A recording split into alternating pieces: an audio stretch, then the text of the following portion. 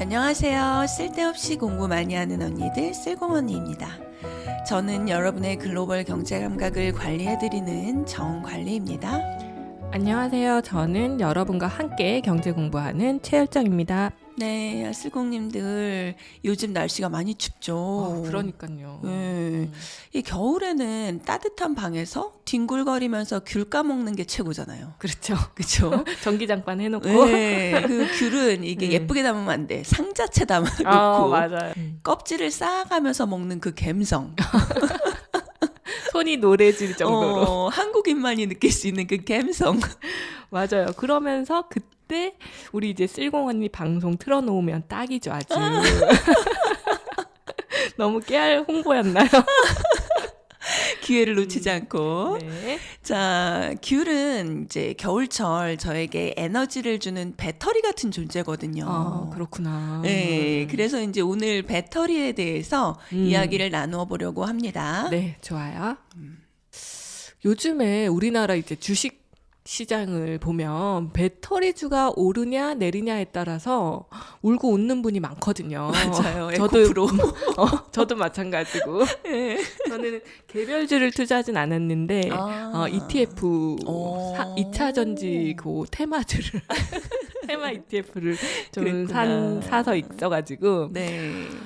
이렇게 이제 한 산업에 이제 맹목적인 사랑을 퍼붓는 게 사실 맞는가라는 걱정도 되거든요. 그렇죠. 저도 좀 그런 우려가 드는데요. 네. 다양화. 이거와는 반대로 가는 모습이죠. 그렇죠. 그죠? 분산 투자. 맞아요. 자, 한편 선진국들은 이제 한 종류의 배터리에 너무 의존하게 될까봐 이제 두려워하고 있는 상황이에요. 네.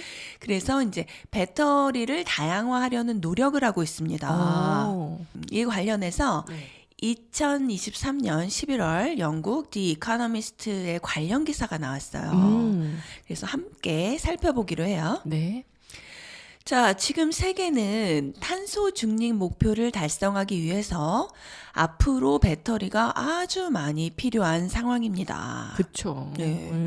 풍력 발전, 태양광 발전을 해서 만든 에너지를 배터리에 저장해야 하고 전기차를 타려면 또 배터리가 필요하잖아요. 그렇죠. 네, 이렇게 배터리가 중요해지니 2019년에는 배터리 분야에서만 노벨상이 3개나 나왔습니다. 이쪽이 핫한 연구 분야군요. 네, 그런가 봐요. 네. 자, 현재 주로 쓰이는 배터리는 리튬 이온 배터리죠. 네, 맞아요. 예, 에너지 밀도가 높아서 리튬 배터리가 현재로서는 대세 배터리예요. 자, 그렇지만 이 배터리에도 단점이 있습니다. 뭐죠? 특정 지역에서만 리튬이 나기 때문에 네. 리튬을 얻는 것이 어렵고 게다가 재련을 주로 중국에서 하고 있기 때문에 중국 의존도가 너무 높다는 것이죠. 지금 이 현재 국제 정세를 보면 중국 의존도에 높으면 안 되죠. 그렇죠? 자, 그 예로 지난 10월 20일 중국이 국가 보안상의 이유로 네. 흑연 수출을 제한했었는데요. 네, 흑연이 리튬과 함께 배터리의 주요 재료라 네. 중국이 자원을 무기화한다라는 비판의 소리가 높았다고 해요. 그렇죠. 이런 사건을 보니까 전 세계가 리튬 배터리에만 의존하는 것이 굉장히 위험한 일이라는 생각이 들거든요. 네, 맞아요. 그래서 이 기사에서는 네. 역사적인 예를 하나 듭니다. 네. 자, 20세기 초에 영국 해군이 군함의 연료를 석탄에서 석유로 바꿀 때 논란이 많았다고 해요. 석탄은 영국에서도 자체 공급이 가능한데 석유는 수입에 의존해야 했거든요. 그렇죠. 영국에서도 우리나라와 똑같이 석유가 안 나죠. 네. 자, 그래서 의회에서 찬반 논란이 뜨거웠던 거예요. 왜 영국 의회 어떻게 그 논쟁하는지 아시죠? 막 책상 땅땅 치고 막 이러고 처음에 봤을 때 너무 충격이었어. 그렇죠. 그게 민주주의의 사실 대표적인 모습인데. 문화고 그 옛날부터 그 내려온 문화. 그쵸. 자, 그때 윈스턴 처칠이 영국 해군의 수장이었대요. 네. 그 시대였군요. 네. 그래서 이제 석유의 사용을 주장하면서 석유 공급원의 다양화를 주장했다고 합니다. 석유는 수입에 의존해야 되지만 그 공급처를 다양화하겠다라는 네. 얘기였네요. 자, 그러면서 다음과 같은 말을 했는데요. 네. 석유 공급의 안정성과 확실성은 첫째도 다양화, 둘째도 다양화로만 가능하다. 이렇게요. 근데 이게 지금 가능한 일인가? 다양화를 하겠다는 게. 그래서 네. 이제 다양한 식민지에서. 그렇지. 그죠? 그러니까 석유를 다양한 국가에서 수입해서 공급이 끊길 위험을 줄이자라는 건데요. 네. 한 나라 해군의 연료를 바꾸는 것도 이렇게 다양화가 강조되는데 네. 지금은 지구 전체가 쓸 주 연료를 바꾸는 일이잖아요. 맞아요. 그러니 다양화가 진짜 얼마나 중요하겠습니까? 맞아요. 그렇죠. 그래서 에너지 저장 장치를 다양화하기 위한 여러 가지 제안들이 나오고 있는 것입니다. 우선 에너지 저장 장치에 대한 큰 이슈들을 정리해보고 시작할게요. 네. 자, 가장 큰 카테고리. 전기 배터리냐, 수소 전지냐입니다. 예. 두 개로 이제 카테고리가 나눈다는 거네요. 예, 가장 큰 카테고리예요. 그래서 이제 전기 배터리는 리튬 같은 원소들을 이용해서 전자의 산화 환원 반응을 이용하는 거고요. 네. 수소 전지는 물을 전기 분해해서 나오는 에너지를 저장하는 거죠. 네, 서로의 장단점이 있는데요. 네. 자, 일단 상용화 측면에서는 전기 배터리가 대세가 되었습니다. 그래서 요즘 대부분의 전기 자동차들은 이 전기 배터리를 사용하고 있는 거죠? 예, 맞아요. 전기 배터리의 잠정승이죠. 그러네요. 예. 근데 이제 수소 자동차도 뭐 개발하고 있고 하긴 한데. 그렇죠. 수소버스 본 적 있는 것 네, 같아요. 어쨌든 일단은 상용화 측면, 대중화 측면에서는 전기 배터리의 승리. 네. 자, 그러면 이제부터는 전기 배터리라는 잠정승자에 초점을 맞춰볼게요. 네. 자, 전기 배터리에서도 요즘 이슈가 크게 두 가지로 나뉘어요. 두 가지 여기서도요? 네. 자, 첫째, 전기 배터리의 산화 환원 반응에 이용되는 원소를 무엇으로 하느냐. 자, 지금 주로 사용되는 것은 리튬이죠. 리튬, 맞아요. 예, 그런데 소듐을 이용하겠다는 움직임이 나오고 있어요. 소듐이요? 네. 이 혹시 소듐이 좀 생소하신 쓸공님들도 계실 수 있는데요. 저도 좀 생소한데. 그죠? 네. 자, 우리 학교 다닐 때 배웠던 나트륨 있죠? 네네. 네. 이게 독일식 표기라서 미국식 표현 소듐으로 바꿨다고 하더라고요. 나트륨이 독일식 표현이고 네. 소듐이 미국식. 네. 그렇군요. 그래서 요즘 어린 사람들은 학교에서 소듐이라고 배운대요. 그래요? 네. 칼륨도 포타슘으로 바뀌고. 포타슘도 처음 들어보는 것 같은데. 요즘 사람 아닌구나, 나는. 나는 나트륨, 칼륨이 훨씬 친근하네요. 네, 칼칼라마. 그죠? 그치. 자, 그런데 또 재밌는 건 원소 기호는 그대로 또 NaK를 쓴대요. 이건 너무 헷갈리는데요? 그죠? 네. 뭔가 더 헷갈리는 방향으로 변한 것 같아. 그러니까요. 안 그래도 외우기 힘든데. 그냥 독일식 표기가 나을 것 같아요. 네. 그럼 우리 뭐 얘기할 때도 뭐 나트륨을 좀 덜 섭취하셔야 됩니다. 이런 얘기하는데 이제 소듐을 덜 섭취하셔야 됩니다. 그러니까. 이런가? 여기서 이제 세대 차이가 나타나는 거네요. 그죠. 소듐을 쓰느냐, 나트륨을 쓰느냐. 그죠. 저는 소듐을 쓰도록 하겠습니다. 이제 기억을 해보면 이제 우리가 학교 다닐 때 소금물 가지고 이 배터리 전기 실험을 많이 했던 것 같아요. 맞아. 그래서 그 소금 전지가 이제 실제로 세상에 나오고 있다는 거네요. 그죠. 우리 왜 실험할 때 왜 소금물에 이렇게 전선 이렇게 연결해가지고 조그만 꼬마 전구 켜주면 와 신기하다 막 맞아. 그러잖아요. 판 2개 넣고. 네. 그 그 소금물 전지 실험, 그죠? 네네. 그게 이제 실용화가 됐다는 건데 이게 우리 뭐 수능 단골 문제기도 했었는데, 그죠? 맞아요. 야, 수능 문제가 이제 경제에 쓰이네. 그러니까요. 요즘은 과학 뭐 아니면 IT 이쪽 모르면 투자도 힘들고 그 경제를 이해하는 것도 너무 힘들더라고요. 맞아요. 꼭 그거 알아야 되는 것 맞아, 같아요. 맞아. 네. 자, 첫 번째 이슈. 전기 배터리에 어떤 원소를 사용할 것이냐. 그죠? 네. 리튬이냐 아니면 새로운 도전자 소듐이냐. 맞아요. 구나트륨. 구나트륨. 네. 자, 그리고 이제 두 번째 이슈로 넘어가 볼게요. 자, 전기 배터리의 두 번째 이슈. 전기 배터리 안에 들어가는 층상산화물 환원 전극이라는 게 있어요. 너무 어렵다. 너무 어렵죠. 레이어드 옥사이드 캐소드라는 건데 굉장히 말이 어려워요. 그렇죠. 그래서 이제 쉽게 생각하면 양극, 음극할 때 그 전극이라고 생각하시면 돼요. 그 우리가 쓰는 배터리에 네. 툭 튀어나온 부분이 네. 뭐 양극, 네. 뭐 안 나온 부분이 음극 이런 예, 것처럼 예. 양극, 음극 그렇게 예. 생각하면 된다는 거죠. 예, 완벽하게 일치하는 개념은 아닌데 네네. 제가 조사를 해봤더니 되게 설명드리기가 복잡해. 그래서 그래서 예. 일반 비전문가는 그냥 그 정도로만 이해해도 네, 양극, 음극이다. 그냥 그 네네. 정도. 자, 이 환원전극, 즉 양극, 양극을 만드는 물질을 양극 재료, 양극재라고 불러요. 이건 진짜 많이 들어봤어요. 그죠? 요즘 투자할 때 2차 전지 투자할 때 네. 양극재 모르면 안 되거든요. 네, 그죠. 그래서 그것이 이제 요 두 번째 이슈입니다.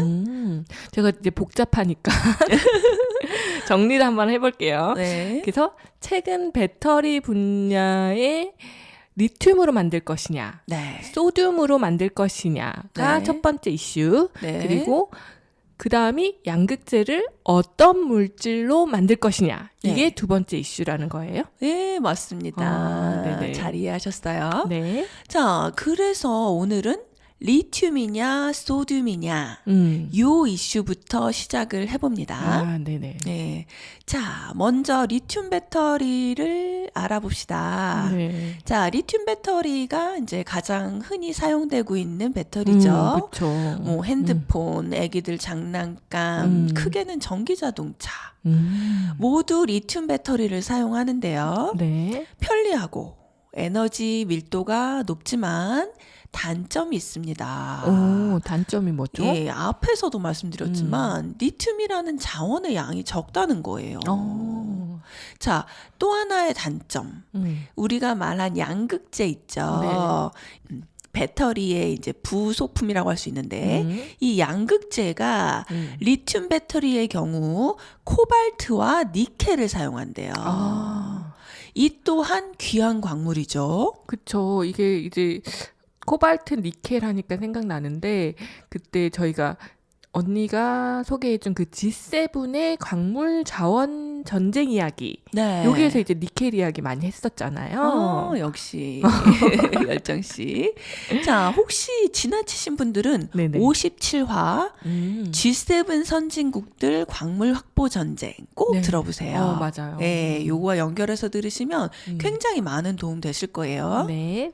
자, 이렇게 리튬 배터리의 단점은 매장량에 한계가 있는 광물들을 사용해야 한다라는 점입니다. 그럼 리튬 배터리들은 특정 광물에 대한 의존도가 굉장히 높다는 거네요. 그렇죠. 우리 처칠 할아버지께서 주장하신 다양화와 완전 반대인 거죠. 안 되네, 그거랑은. 네. 자, 그런데 현재로서는 가장 많이 개발되었고 주로 사용되고 있는 것이 리튬 전지이니까 어쩔 수 없죠, 뭐. 그죠?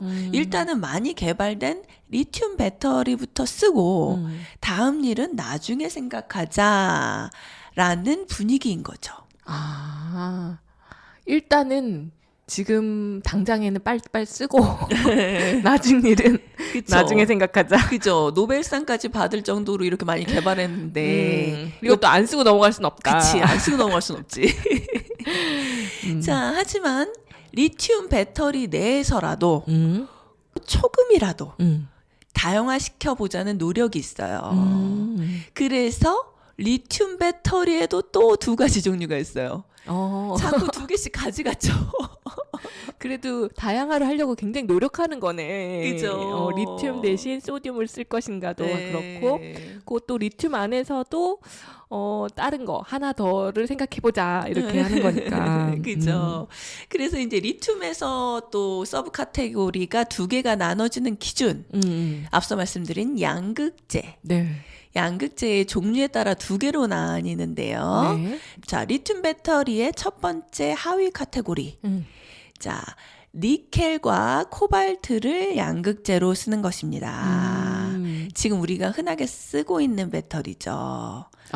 예. 대부분 지금 우리가 쓰는 거는 양극재로 니켈과 코발트를 쓰는 거다. 네, 우리나라가 또 주로 생산하고 있는 배터리이기도 하죠. 네. 자, 그래서 니켈, 코발트 여기에다가 플러스 망간까지 합쳐서 이 3가지 원소로 만든다고 해서 이 배터리를 3원계 배터리라고 해요. 3가지 원소, 3원계 배터리. 자, 이 니켈과 코발트가 귀하잖아요. 네. 그래서 폐 건전지를 리사이클하죠, 우리가.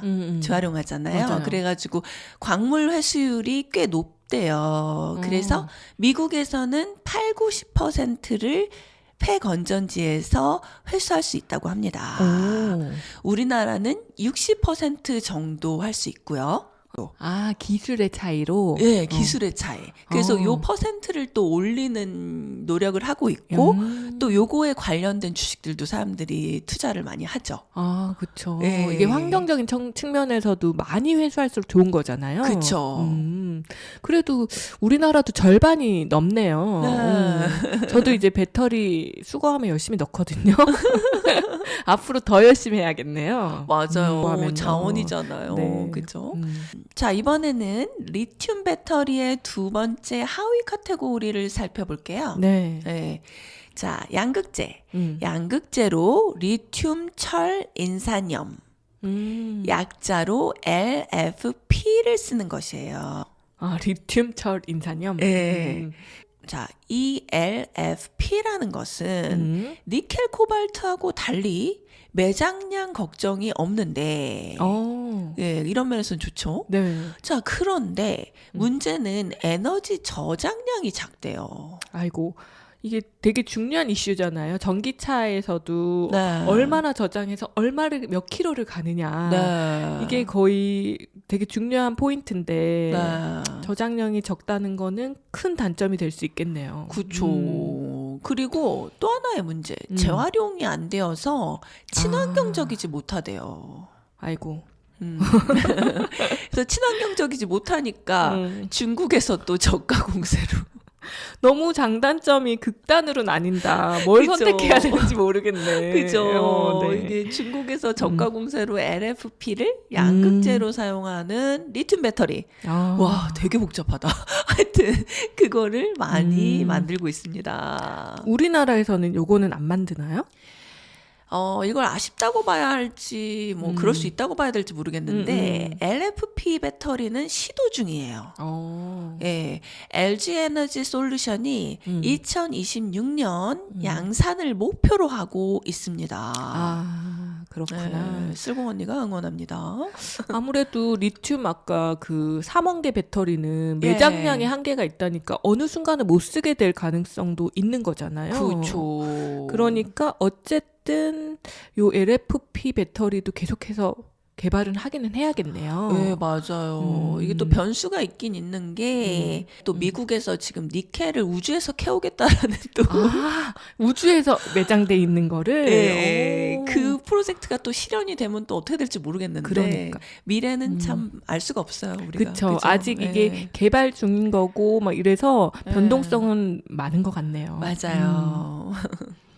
오늘 진짜 제가 몇십 년 만에 네. 이 화학 용어들이 마구 나오니까 머리가 너무 복잡해졌어요. 그죠. 저도 좀 준비하면서 복잡했고 쓸공님들도 들으시면서 좀 그럴 것 같아요. 근데 그냥 그런 게 있나 보다. 그쵸. 네, 그렇게 하시면서 들으면 돼요. 네. 맥락만 이해하시면 되는데, 제가 볼 때는 이제 이런 어려운 공부들 할 때, 우리가 이제 이게 시험을 보려고 하는 공부가 아니잖아요. 아니죠. 네, 그러니까 너무 막 이렇게 심각하게 들으시면은 공부가 안 돼. 머리가 아파. 어, 머리만 아파. 그리고 다음에 또 공부하기가 싫어. 맞아요. 네, 그러니까 모르는 거 잠깐 생기시면은 한 번 듣고 아 이런 게 있나 보네 하고 일단 쉬어. 맞아요. 뭐 맛있는 것도 먹고 뭐 커피도 한 잔 마셔봐. 그러다 좀 쉬다가 또 다시 들어보는 거예요. 그쵸. 네, 그러면 또 다시 이해가 되기도 하거든요. 저도 사실 이 2차 전지에 대해서 공부를 좀 했거든요. 네. 근데 처음에 막 글로 읽을 때 너무 헷갈리는 거예요. 뭐 리튬 이온 전지 그래서 덮었죠.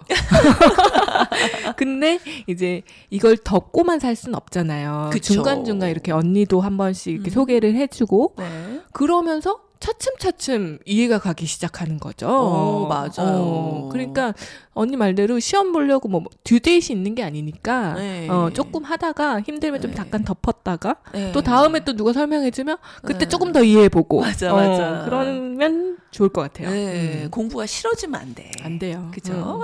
장기전이야. 마라톤이야. 맞아요.